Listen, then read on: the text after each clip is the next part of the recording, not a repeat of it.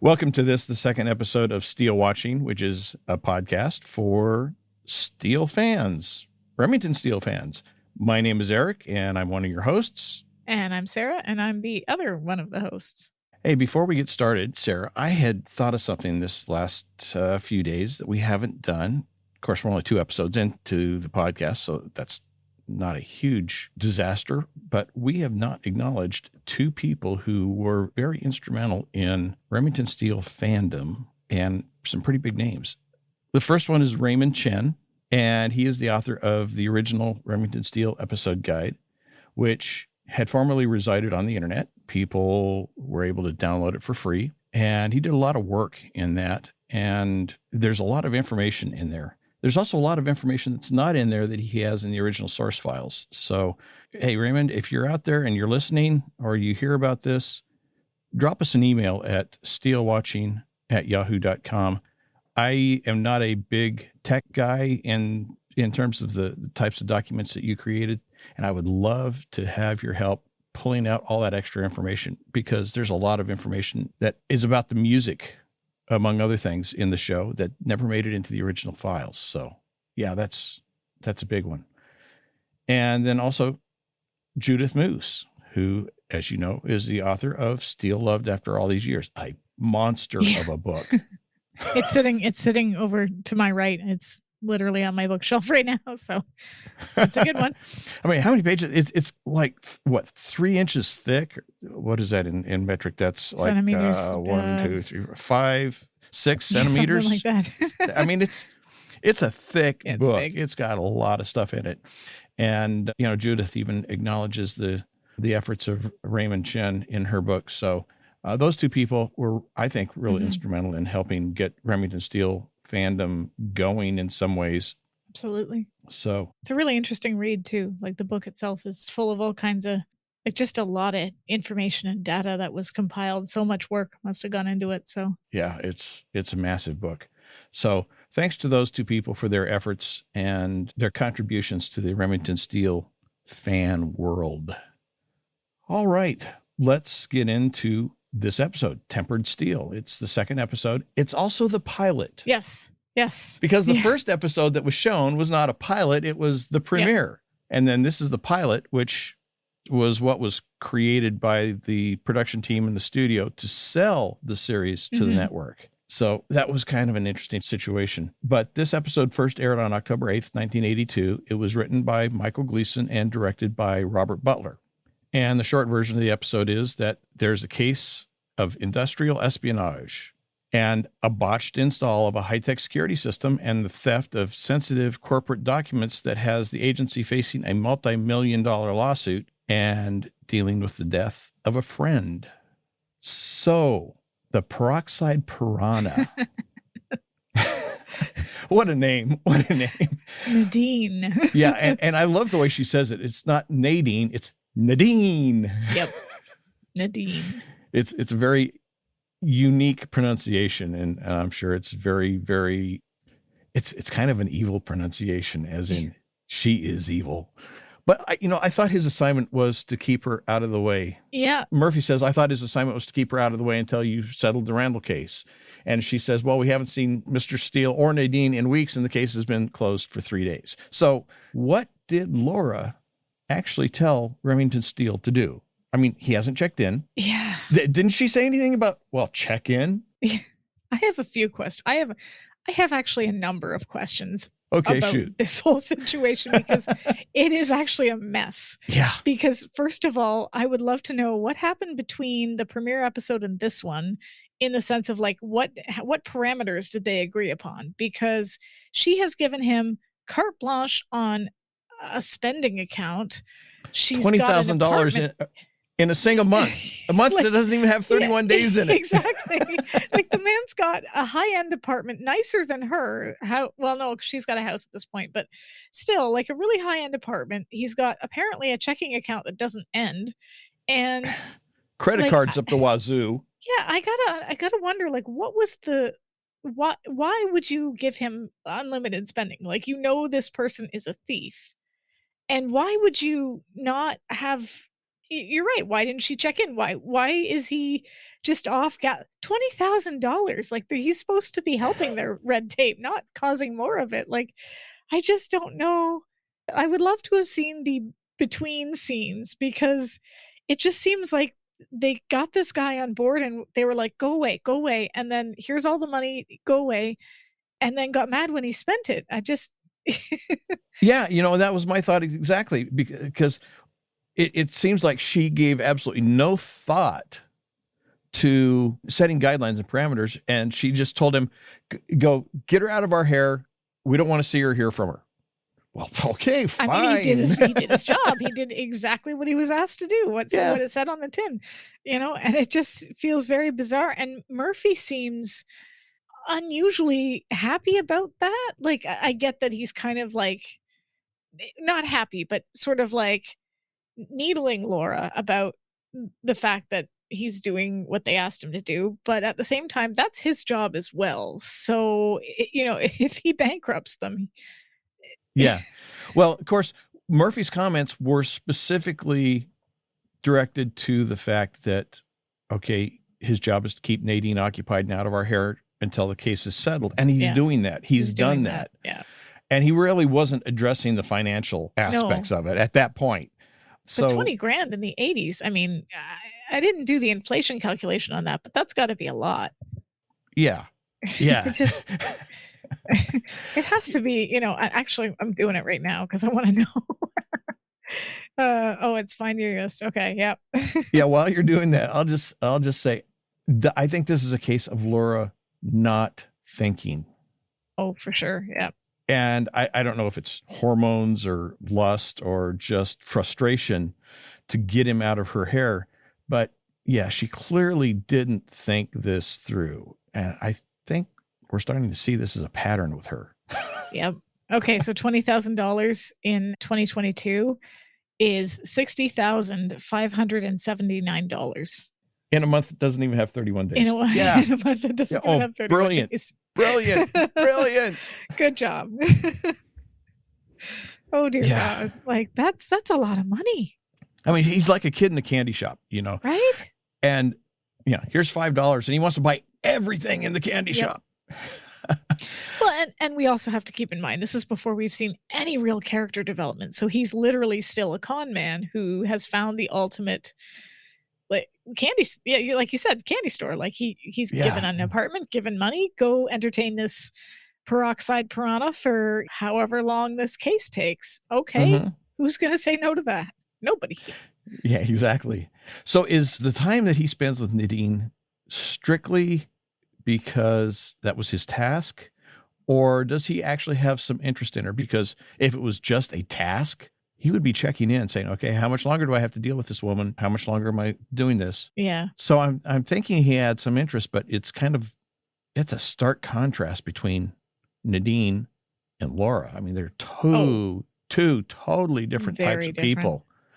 And I just am kind of surprised that his tastes are apparently that different. That, like, pedestrian? Well, just that different. I mean, usually I presume it's the same with women in a lot of cases. They have certain types that appeal to them. And even though they might seem to be diverse types in some respects, there's generally going to be some commonalities. And I see no commonality between Nadine and Laura. Well, I don't think at this point he's looking for anything that, and this might go into further character development down the road, but what we eventually end up knowing about him is that he doesn't trust people, and he moves from place to place and from situation to situation. So he's not really looking for anything that's going to tempt a commitment out of him. Right.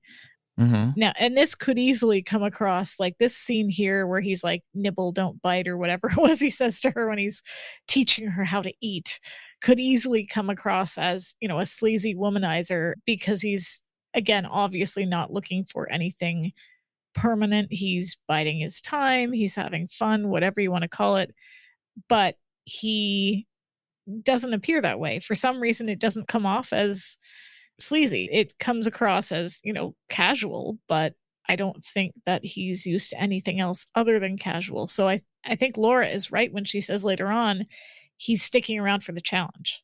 And of course, when they're done and his credit cards have been turned down and such, she winds up paying all the tips and the bill, but the tips. And he gets the thanks, which is a curious reflection of Laura's problem that she had when she was working for Havenhurst. Yep. She does the work, he gets the credit. That's exactly what's going on here. So I think that was a nice kind of a parallel type thing. I actually have a question for you on this because I had two thoughts coming out of this. The first one was the nameplates. I found this a really interesting thing because he's bestowing this name that isn't his, a brass nameplate. Literally, it's not even his name.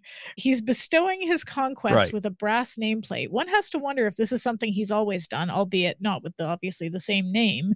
But what does he get out of it? Right. And what's interesting beyond the fact that he does this is that when Claude asks him later if he wishes to bestow a nameplate on Laura, he says he might. And if he does, it'll be the last. And we can look at this one of two ways, in my opinion. We often see Red Holt Steele as a later episode as one where the feelings really develop. But I see this episode as the one where he realizes that he could be interested in her in more than a casual way, which is something he's not used to. And that Laura doesn't even seem in the ballpark for him. He knows this is something that could be potentially permanent if he allows it to be. And the nameplate, he's giving these women is significant. For a man without a name, it's a gesture that is as empty as the one night stands, right? Right. But to bestow a nameplate on Laura takes on a very different meaning, considering how important it is to her that she learn his name. So I'm wondering what your thoughts are. Well, and the fact that she created the name. Yeah. So she knows it's a fake. Yeah. And I guess in some ways it's him giving the name back to her. I don't know. I mean, if he did, obviously we never see a nameplate be bestowed, but I just thought it was a really weird. Plus, did people do that? Did people give brass nameplates at restaurants to other people? Did restaurants? I was about 6 months old at this point. So did restaurants even have brass nameplates? I'm sorry. To me, fine dining is Red Robin. So I don't know anything about these high-end places. But I would imagine that if they're going to have something on a table, that's going to be more than just a stock reserved card. It's going to be something that's either handwritten or, some sort of disposable type marker. That's what I've always seen. He's obviously got an account for it since they seem to have more than one, right? If he brings people there, they give him these nameplates that say Remington Steele. So he's clearly got a reserve of them. Which also brings me to another question that I had, which is the paying part. I don't know about you, but when I see this scene every single time, I get secondhand embarrassment for him because there's nothing more embarrassing about something than not being able to, attempting to treat someone and then finding out you don't have the money or, your card gets declined. So I always cringe when I watch that scene. But also, I don't know if you've ever done this test, but my husband and I do this every time we go out for dinner. I fail tests. I do the well, it's not a test you pass or fail, but I do the who gets the bill test. So we usually sort of both put our hands down, hide any wallets or anything that could have money in it, and see who the waiter or waitress gives the bill to, just to see whether or not he or she will automatically give it to my husband. And 9 times out of 10, he's the one that gets the bill, which I find really funny because we're married. It comes out of the same account. But either way, it's I always find that interesting. I don't know if you've ever done that test yourself just to see, but no, because like I said, for us, fine dining is Red Robin. Hey, so I like Red usually, well, I do too, but I mean, it's not exactly what most people would consider high end, but it's all relative. True. And how do you feel about your relatives? When we go there, they just generally just put it on the table. Interesting. They put it in a little black book and just set it there. And then of course, then they've got that little electronic thing that you pay with, so it's pretty impersonal. But you were talking about that secondhand embarrassment. Yeah, you're talking about that and him taking her and not being able to pay for it. Is the brass nameplate billed on the same receipt as the dinner? I wondered that too. Or is there a separate account that he's got going on the side with Claude? Like you said, he bought a bunch of them in advance, and then well, we ran through those. So order 10 more, Claude. For the next time, and Of course, Claude says, well, your largesse is beginning to run into big bucks. And when the maitre d' is telling you you're spending too much money at his restaurant, like, oof, you know?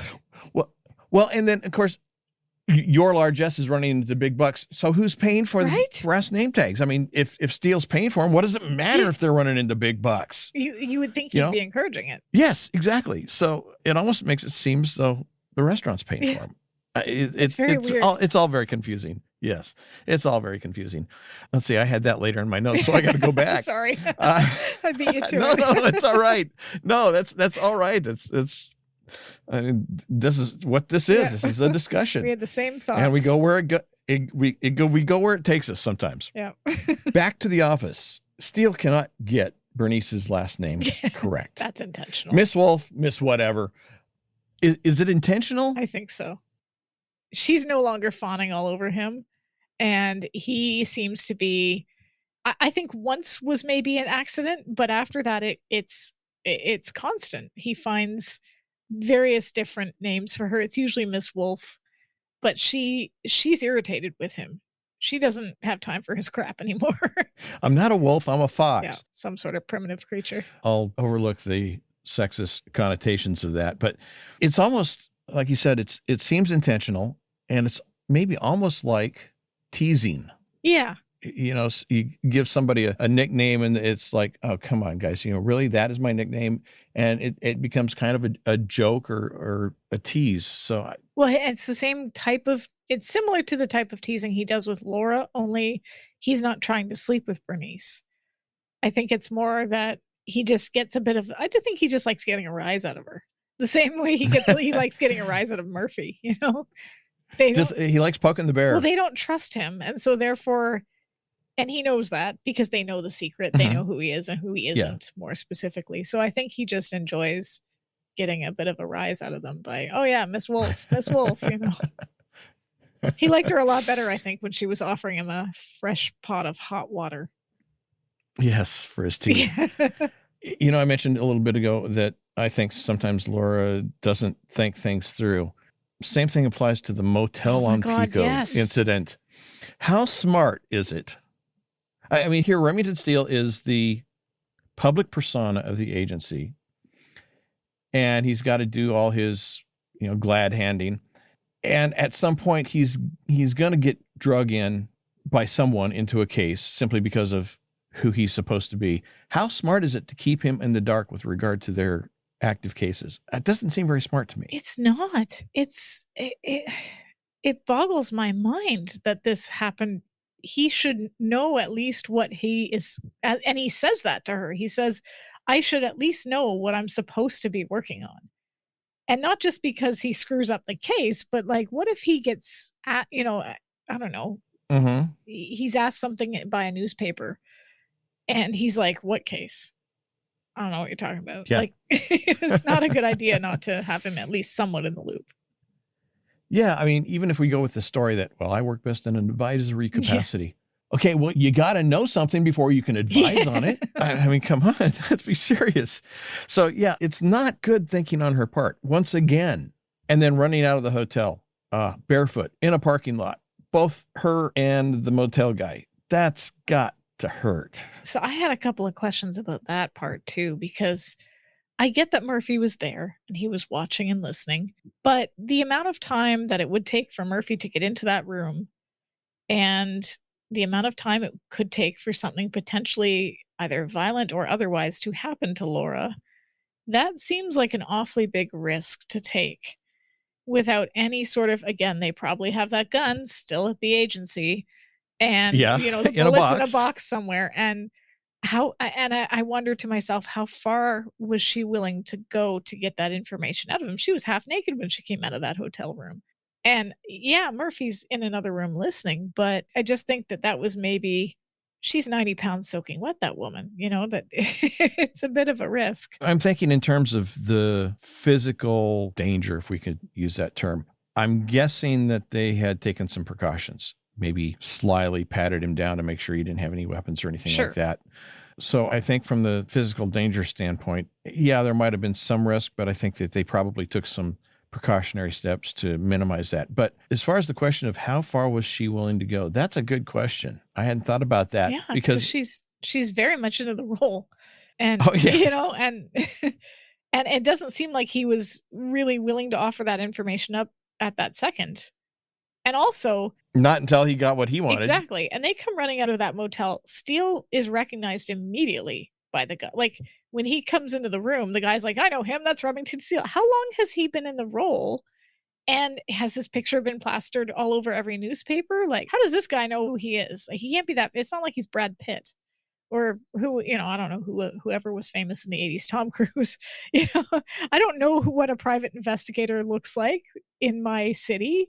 I couldn't pick them out. And we have the internet, so it just seems like a bit of an odd. I know him. That's Remington Steele. Really? Okay. Wow. He's real famous now. You and I discussed early on how to approach the sequencing of the episodes. And one of the things I had thought about doing was taking them in as close as we could determine production order, because according to Michael Gleason, this would have been about the 6th episode, because that's what the network told him. He said, we want you to prove that this turkey has legs. So pick up, the 6th episode where we already know that they've been working together for a while. And I think that's part of what you're seeing here, is that these other episodes would have gone before, would have shown him getting publicity. Of course, we also know that back in the premiere episode, his face was plastered all over the newspapers. True. Of course, would this cowboy have been reading that section of the newspaper? I don't know. Well, and I guess that maybe also ties into the fact that at the beginning, it becomes a lot of a question, like how long has it been since they made this agreement? What were the parameters of this agreement? Why is Laura perfectly fine with letting him spend all this money? I also wondered, how much money did she have to begin with? Because she started her own agency and it flopped. She would have had to put a ton of money into starting that business to get the lease on the apartment or on the offices, to have all that paperwork drawn up, the furniture, etc., and then to start over again from scratch, because her office clearly looks, at least in the theme song or whatever it is, clearly looks very different from the one that she creates for Remington Steele. Plus, that furniture is all very high end. It's a very modern look. Yep. It's a very up to date look, so it costs a lot of money. So she would have had to sink that money in there as well. And then to lose 20 grand just letting him flit around with Nadine or however we want to say it. You gotta wonder, where is the money coming from for Laura? I know her grandmother left her the house, but did she also leave her a huge nest egg of, an inheritance? Because that's gotta cost. Yeah, I mean, the only alternative is that she's floating the whole thing with credit. Could be. Which is not smart. No, not especially when you got somebody out there spending money Brass name tags. I was going to say like a drunken sailor, but a drunken sailor stops spending money when he's out of money. And if the restaurant's not paying for the name tags, does that mean Laura is paying for the name tags technically that he's giving to other women? Yeah, and that does bring us back to that, because I did a pricing on those brass nameplates. Oh, did you?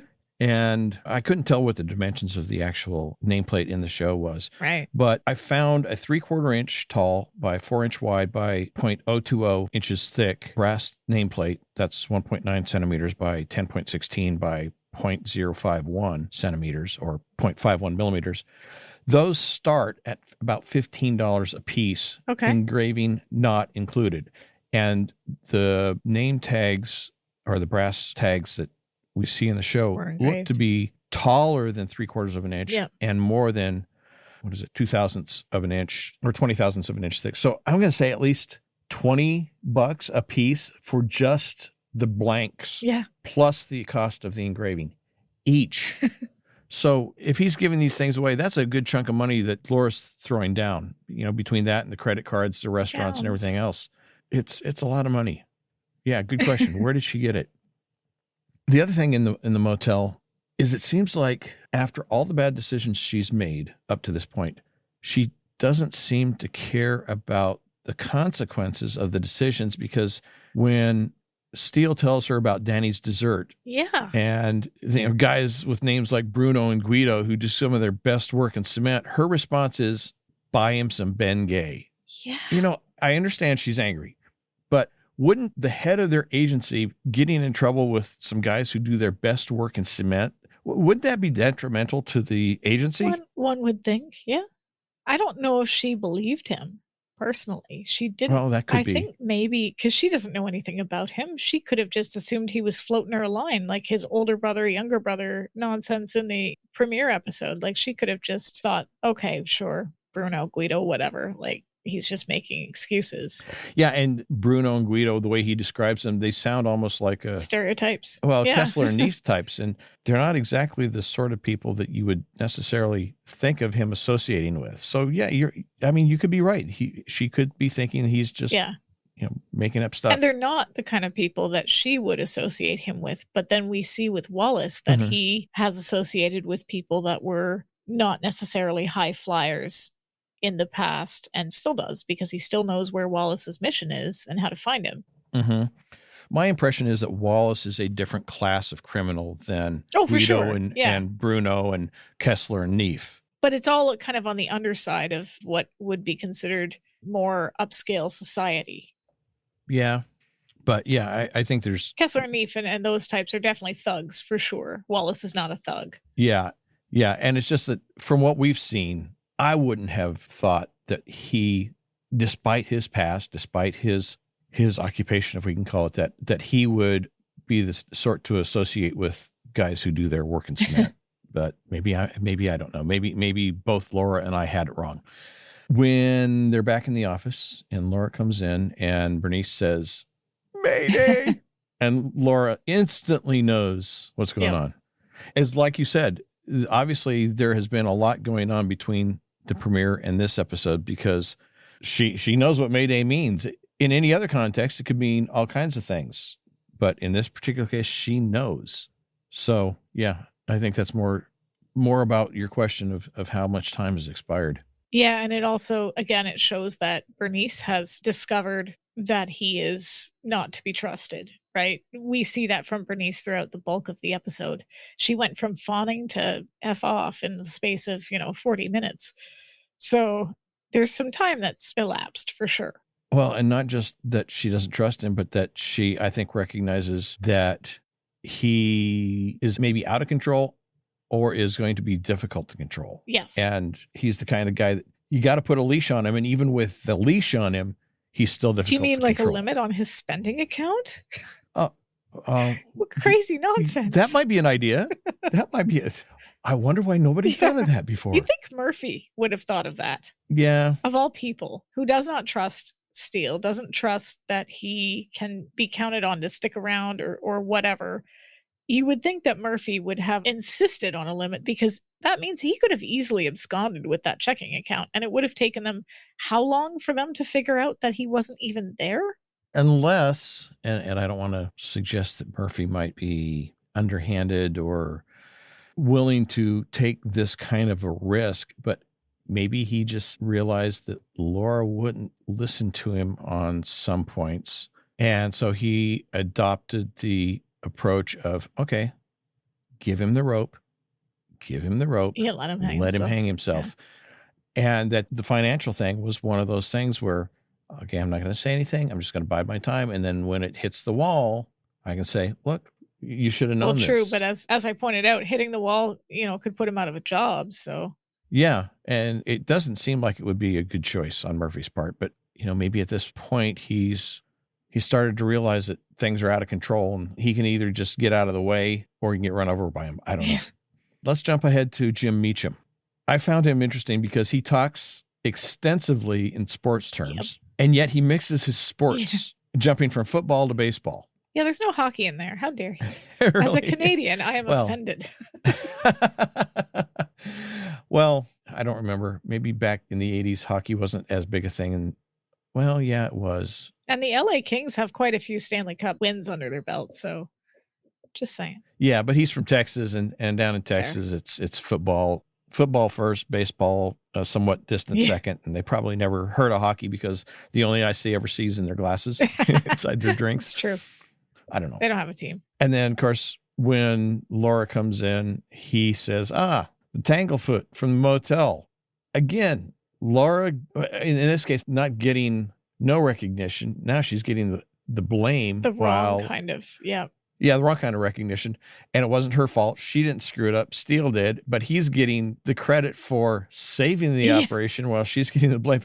It's like the more she gets into this, the more she's replicating or worse, the situation she had at Havenhurst. I find it astounding that she would put herself into this position again. My notes are she has lost all control when it comes to this, because she sits there and she listens to Meacham, as you said, make observations that are entirely at odds with what actually happened. She's not in control of Steele in the slightest. She's also not in control of how she's being perceived. And Steele just kind of takes advantage of that and steamrolls right over her. And it's kind of like what you said with the check test at a restaurant. Yeah. That's what Meacham does to her. It's not that he treats her like a nothing. He treats her as maybe worse than nothing, because it's, now you let the coach do what he does best, and you just do whatever you do around here. Talk about how condescending he treats her like a Nadine, pretty face to look at, not really, really meant to do anything aside from be decorative. Decorate the office. Yep. Yeah. I mean, it's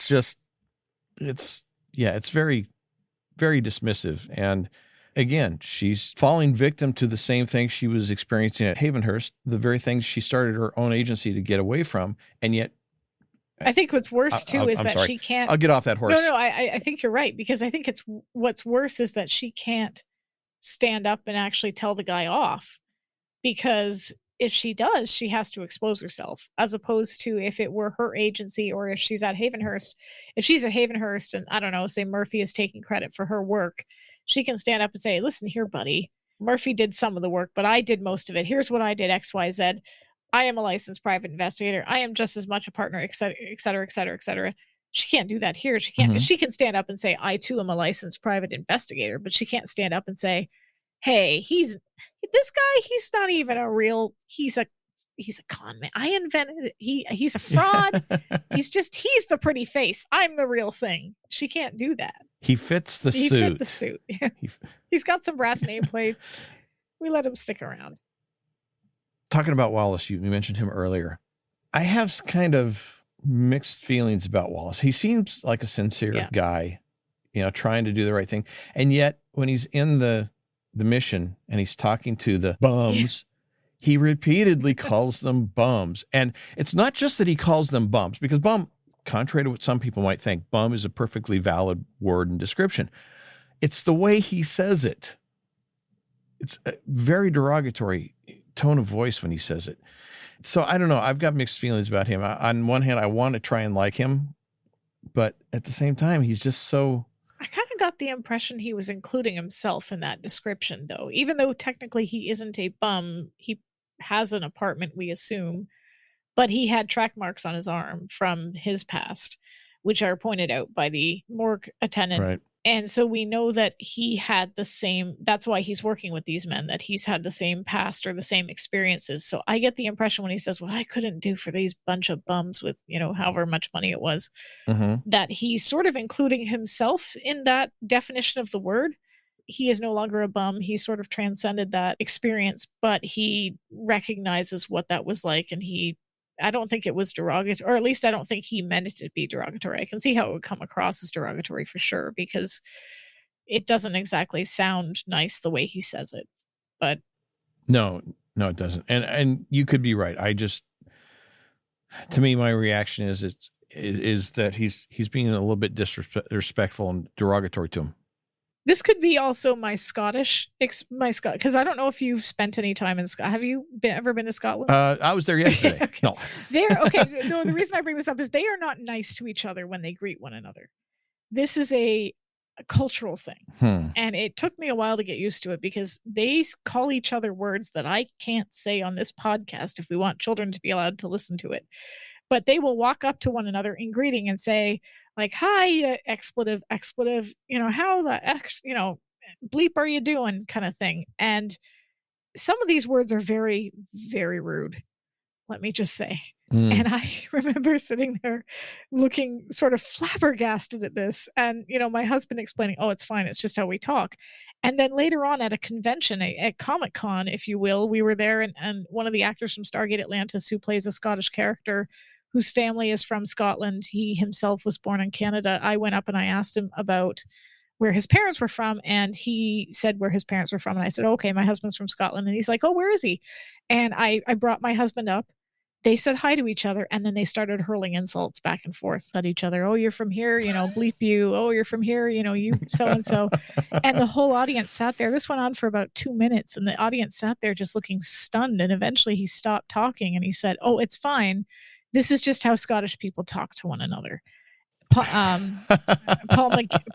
McGuinness, I think his name was. Anyway, it doesn't matter. We went to get his autograph at the end, and he wrote, to the prick from Glasgow on the autograph poster. And to this day, people come up and they look at my autograph file and they say, why is he calling you that? And oh, it's a long story, but it's very common in Scottish culture. So I kind of wonder if it's that similar idea of, oh, these bums, the bunch of bums, kind of insulting what you yourself consider, I don't know, a friendly term of endearment, but is also kind of rude.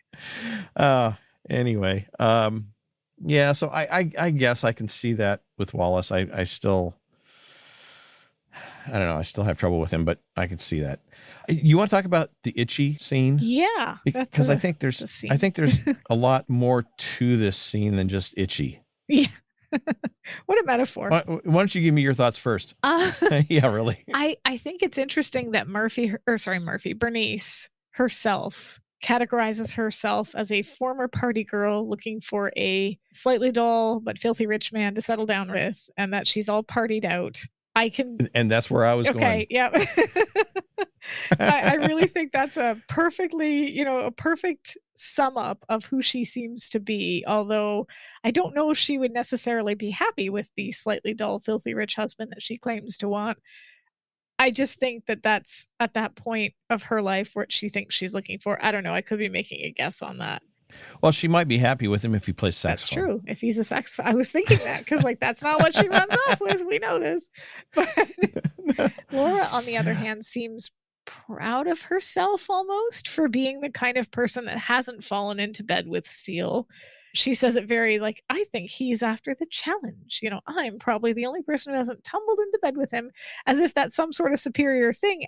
And yet she's also wanting to tumble into bed with him. So I'm not sure how, what that puts her on necessarily a pedestal. It's just she's managed to resist him so far. Yeah. Well, I mean, she even says when he says something to the effect that let's do whatever. And she says, you mean hop in the sack? And she says, love Can't. to. Can't. Yeah.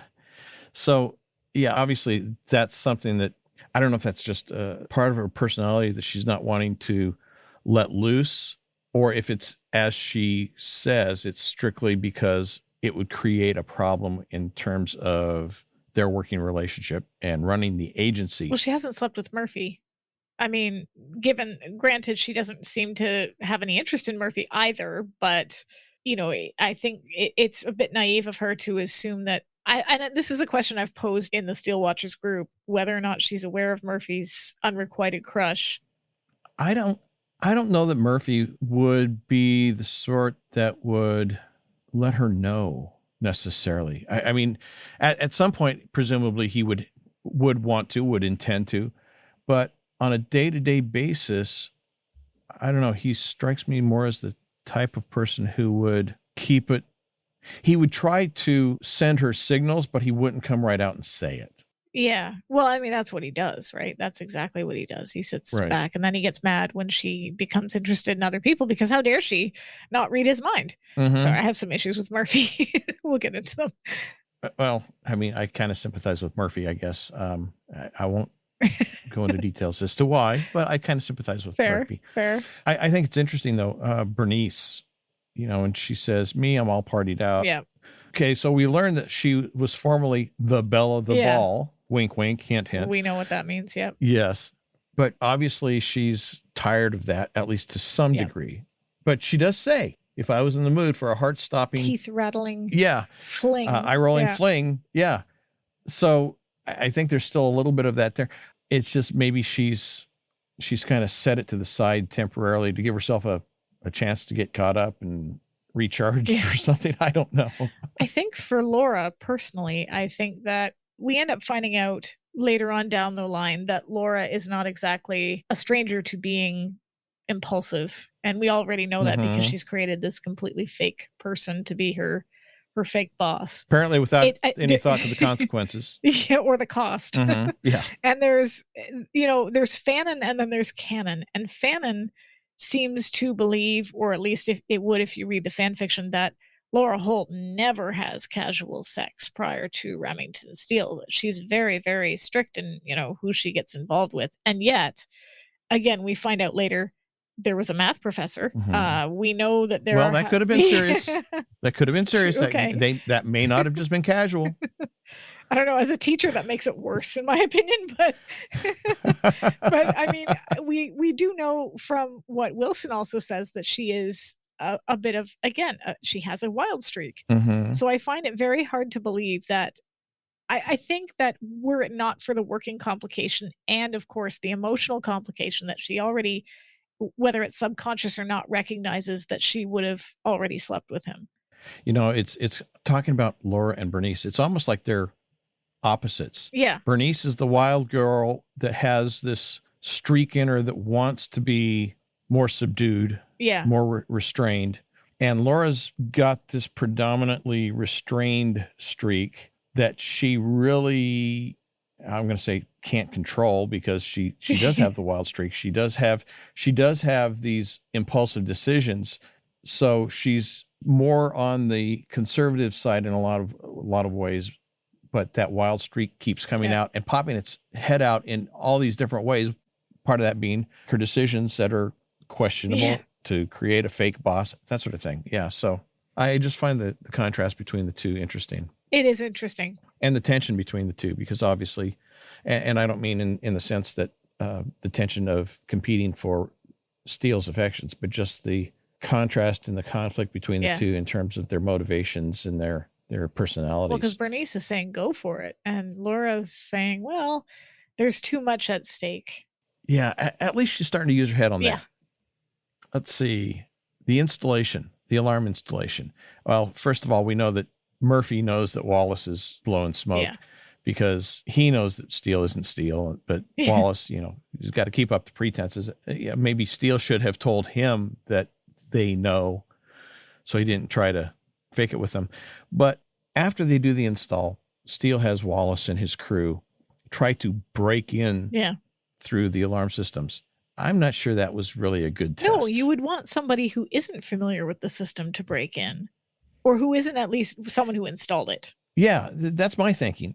Because when you design and install a security system, you do so based on certain parameters that you believe to be the case. And so when you try to attack it, you're going to use those same parameters. You're not going to approach it from some other direction that the designer and installers didn't think of. Exactly. Which is one of the reasons why all these electronics in cars are such an issue, and have been, where people can remotely take control of cars and the people inside become basically captives. It's because the designers said, well, these entertainment systems, we don't need to put security on them. They're just entertainment systems. And yet that's the very vector through which these hackers are getting control of the cars. So I don't think that it was a brilliant idea. And obviously the fact that, they installed $50,000 worth of equipment and somebody just turns off the main switch and walks out the front door. Yeah, that kind of proves that it wasn't a very effective test, doesn't it? My question is, when Steele comments on how many years experience they have, is that how many years they did in jail? Or, because that's that's a lot of years. He's like 75 years of experience or so. I was wondering if that was like the accumulated time that they all spent in prison. It's never really clear. So I'm thinking that's the accumulated time that they've spent circumventing alarms, as Steele put it. Okay. Yeah, that makes sense. This guy's been a crook for 20 years. This guy's been a crook for 15. And so you add it all up. It's like the businesses that say, well, we have over 75 years of combined experience in this. Okay. So you got 75 people with 1 year experience. What is it? What does that really mean anyway? The dinner. Yeah. Honor amongst thieves. Steele says Wallace didn't do it because he's of the old school where there's honor amongst thieves. Was there ever really such a thing, or is that just a Hollywood fiction? I can't imagine. I'm not a thief, so I don't know. I'm not either. Well, that's good. I'm glad we cleared this up. I would like to think that there's all even if it is a Hollywood thing, we've already seen a difference between Steele and Kessler and Neef, for example, who are both looking Yes. after, trying to steal the same jewel.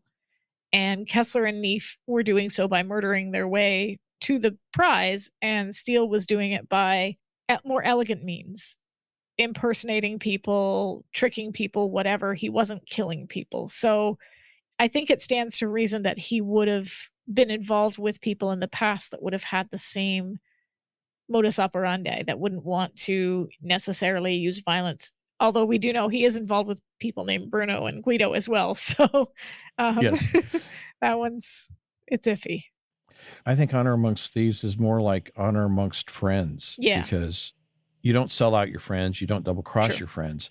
But that doesn't mean that you're not going to do that to somebody else. And the fact that everybody involved happens to be thieves is really irrelevant. It's a matter of who are your friends, who are not your friends. And who can you trust? Yeah. Obviously, you can trust Remington Steele. Yeah, you can trust me. I gotta say, shout out to Laura's dress in that scene. I was digging that sparkly cream thing. I might do a bit of a fashion watch as we go along, but I was enjoying it. I know some 80s flashbacks, but again, I was like 6 months old, so I'm allowed. I'm just not a fancy clothes person. That's fair. I'm meatloaf. I'm not steak. And in their conversation there in that restaurant, I do want to get into that. Sure. Yeah, I derailed us with the sparkly dress. Sparkly! Yeah. Shiny! Squirrel! She is understandably angry. She says, your foolproof security system lasts exactly 3 hours and 15 minutes. We're looking at a $10 million lawsuit. I haven't got a clue where the missing file is, and you drag me halfway across town to tell me Wallace will turn up. And then she went, though. She went, like, she's mad, and I get that she's mad, but he calls her up and he's like, meet me down here in 10 minutes, and she goes. I would be telling him to go bleep himself if I were that angry. So it was interesting that she went. Maybe it was just because she wanted to confront him over it, and not just the security system, but Wallace and the whole thing. But his response to her comments here in the restaurant is, again, very condescending. It's like a grandparent patting a grandchild on the head and telling them that what a great job they did in the school play. But they only had 2 words to say, and they managed to totally screw it up. But his comment is very condescending. He does come across that way, and it's in my notes too. I actually wrote that I believe he's trying to be genuine in his compliments of her, but they come across as patronizing.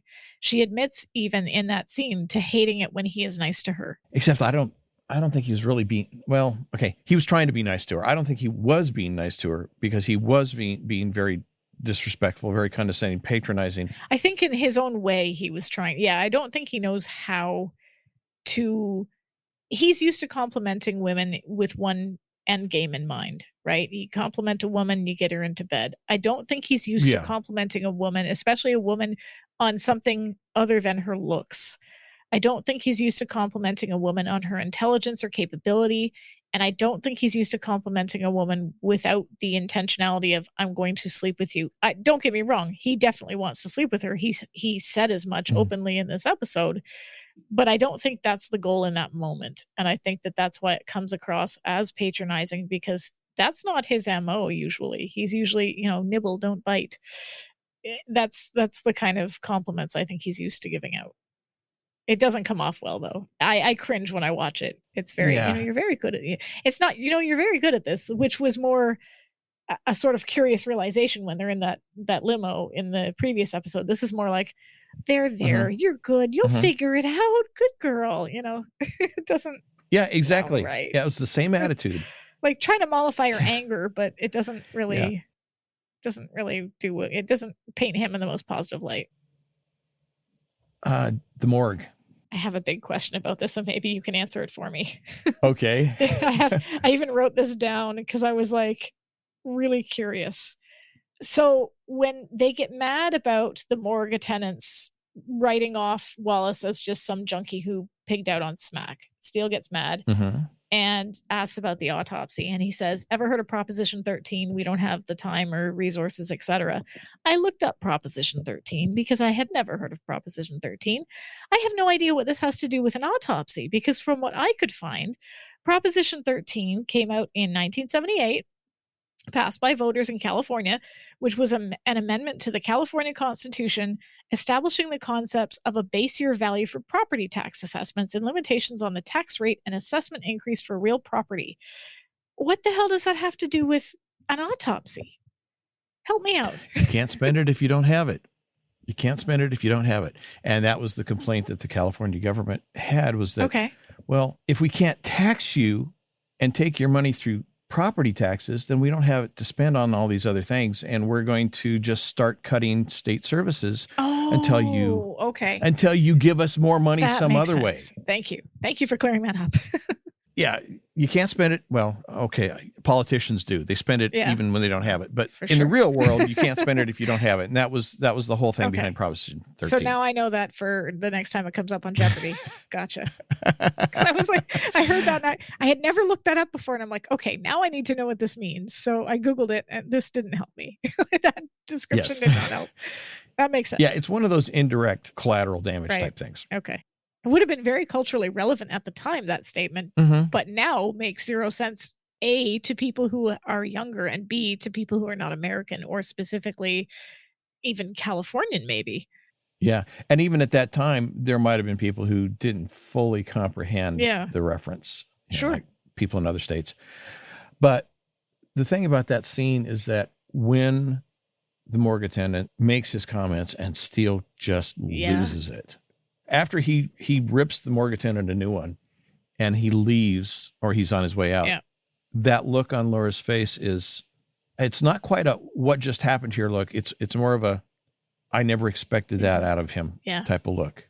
It's like, whoa, there's some depth here that I hadn't seen before. Yeah. And I think that was a pretty significant event for her. It's a character builder for sure. Because I don't think she really took him seriously before when he said, oh, Wallace didn't do it. There's honor amongst thieves. I think she thought he was just blowing smoke. And it's not until he loses it on the morgue attendant, slams him up against the thing and says he put his kids through college. He read The Wizard of Id. He did all of these things that she realized that Wallace was a real person too. I think maybe she had also sort of written Wallace off in her mind as nothing more than a criminal. And, the tracks on his arms sort of solidifying that as, okay, he's a junkie to boot. Hearing Steele rattle off his accomplishments made Wallace more of a person, and in turn, Steele more of a person, rather than just this caricature of a con man that she has come to see so far. And again, we have no idea how much time that is, but I definitely think it created him a little more as a real human, or not created him, but I think also there's the aspect of it that is, what does this have to do with Remington Steele? Yeah. He's a selfish, self-centered, egotistical person who doesn't care about anybody or anything. He's only out for himself. And where did this come from? This is completely out of left field. Because this has nothing to do with Remington Steele. No, it's to do with his friend. Yeah. And I think it was just one of those things where she, at least to some degree, suddenly realized that, he can and does think about other people. Yeah. He's not just in it for himself. Yeah. And I think that's why later in the limousine, when he says, I'm going to find that person who did this to Wallace, she says, no, we're going to do it together. Yeah. And her attitude isn't, well, I'm not going to let you screw up the agency by doing this by yourself. I'll help you. It's genuine. Yeah. It's genuine. Yeah. Because she recognizes he's grieving genuinely as well. Whereas before, I don't think, before they didn't know he was dead, but before, when he says Wallace didn't do it, I think she assumed he was saying that to cover his own butt in recommending Wallace. Yes. Yeah. Yeah. You're right. Yeah. I hadn't thought about that, but I think you're right. And then referencing that conversation in the restaurant, it's interesting because in the limo, on their way down to the mission area, Laura says, hey, the minute anything happens down here, everybody knows it. So let's see what they know about Wallace's death. And Steele says, see, I told you, you're good. And it's not at all condescending or manipulative. It's genuine. That comes across far more genuine. Yes. Yeah. And it's the same type of comment. It's just tone of voice. The tone. Yeah. Yeah. How about that cheap wine? Oh my God. That whole scene struck me as slightly silly because they should have gone home to change. They show up at this mission in, they went out to dinner in these outfits, right? They're not cheap outfits. At a high-end restaurant, yeah. They show up at this mission. She's in her beautiful sparkly dress and he's in his suit, and they're trying to get information out of these men who would not trust them at all, or shouldn't. They don't look like they belong there in the slightest. I would think, go home, change into something a little less fancy, and then go back. At the same token, the look on his face when he takes that sip of the wine is the sort of thing you would expect from a guy dressed in a suit. Yeah, exactly. But I also can't help but think that at some point in his life, being a con man, being constantly on the run and whatever, that at some point in his life, he had probably drunk something that bad or worse. Yeah. I mean, again, going back to Scotland, Ireland area, they have some pretty awful cheap booze. If you go to Scotland, they have a tonic wine there called Buckfast, and it's the kind of stuff that costs £2 in the convenience store. It's terrible. I took one sip and I almost threw it. It's the worst. And that's the kind of thing that when you're broke and you got nothing else to drink, you drink that. So Ireland, I'm sure, has its own version, as does England, of that tonic wine. And I have no doubt that he probably availed himself of it at some point in his less than illustrious career. So, yeah. All right, let's jump ahead to the polo match. Sure. Yeah, he's getting on the horse and he makes a comment about Charles and I used to have a go at it whenever I was in London. He's married now and doesn't have the same. Yeah. Now, he's enough of a con man that it's easy to believe that it's a lie, but it's also easy to believe that he's enough of a con man that it could be true. Yeah. Because he could have conned the royal family. I think that at this point, we're supposed to wonder as the audience just as much as Laura wonders how much of what he says is true and how much of what he says isn't. And I think, as you just pointed out, it could easily go either way. I like to think it's true in my head. I think that's a funny image. Yeah. And then the bet of $25,000 each, which we know now is upwards of $100,000 our money. Yeah. Where would the money have come from if you lost? Like you were saying earlier, how is Laura financing the agency to begin with? Yeah. And of course, she's financing him. Yep. So where would he have gotten the money? She didn't know about the bet ahead of time, too. No, she didn't. Yes. So if he had lost, she'd have been up the creek without a paddle, so to speak. Of course, his comment was, "Oh, well, I had no intention of losing." Well, okay. I had no intention of working dead-end jobs most of my life, but the universe doesn't care about my intentions, and they don't care about his intentions either. Right. That was a silly situation to get into. It was really, and it was also not a really right thing to do in terms of his own situation, too. If he bankrupts Laura, also, like Murphy, he's out of a cushy con job, whatever you want to call it. But there seems to be a running theme with the Remington Steele agency, and that is we act, then we think. We don't think. Yeah. We don't consider the consequences. We just do something. Should put that on the door. Now, at the dinner party. The thin man. Yeah, they didn't have all the evidence. And at this point, when the party's getting started, Laura didn't even know for certain who the killer was. She had a suspicion, but she didn't have the final evidence yet. So why let Steele run amok with this? Again, back to what are you thinking?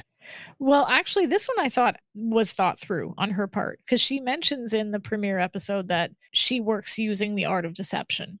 And as you pointed out, she has a hunch that it is Mrs. Dillon involved. I think that she was happy to let Steele hoist himself by his own petard, whatever you want to call it, let him happy to run his mouth so that she could, in the background, surreptitiously give Mrs. Dillon the tea and see her reaction, and then quietly deduce who the villain was based on that. I think Steele was basically the big flashing sign that distracted everybody while Laura did the work, which is, I guess, the whole point of the show. Yeah, okay, I guess I can see that. It just struck me as kind of odd that she would let him put her in this position when they really didn't even know the answer. No. But I mean, he was kind of close. I mean, he was hovering around. His comment was somebody had strong reason for the murder, money. Yep. He thought it was Meacham, so he had the right answer, just the wrong person. Yep. And then, of course, we find out Mrs. Dillon actually did it. And I guess you could say that she did the wrong thing for what she believed was the right reason. Yeah. I don't know if that by any means justifies it, but it does not. At least there were some good intentions there, even if it turned out to be a bit of a. I find with these types of shows, usually there are.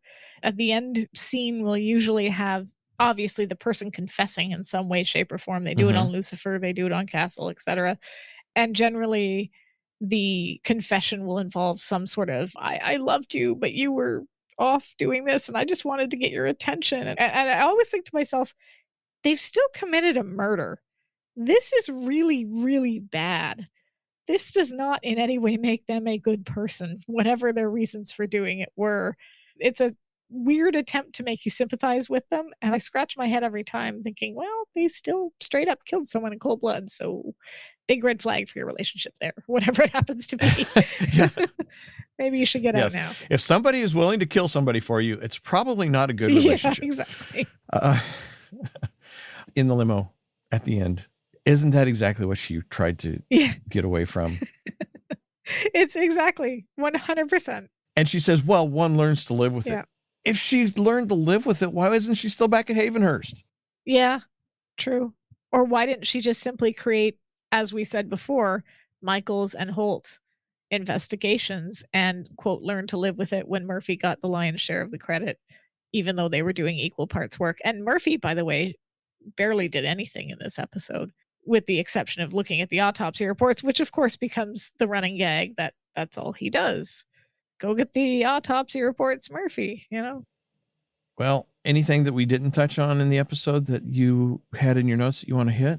Well, just the 2 movie references, which I took note of, which were Casablanca and The Thin Man. Yeah. And I did the shout out of my fashion watch. So there was that, the sparkly dress, which I liked.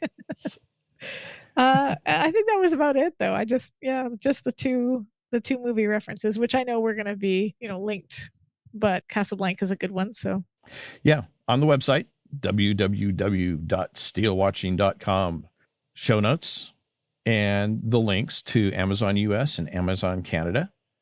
Should I reverse those because Canada comes first alphabetically? Think it matters. So Amazon Canada and Amazon US links where. If you use the links to buy one of these 2 movies, The Thin Man or Casablanca, we get a small commission off of that. So we are benefiting and you're helping the show. So if you do that, thank you very much.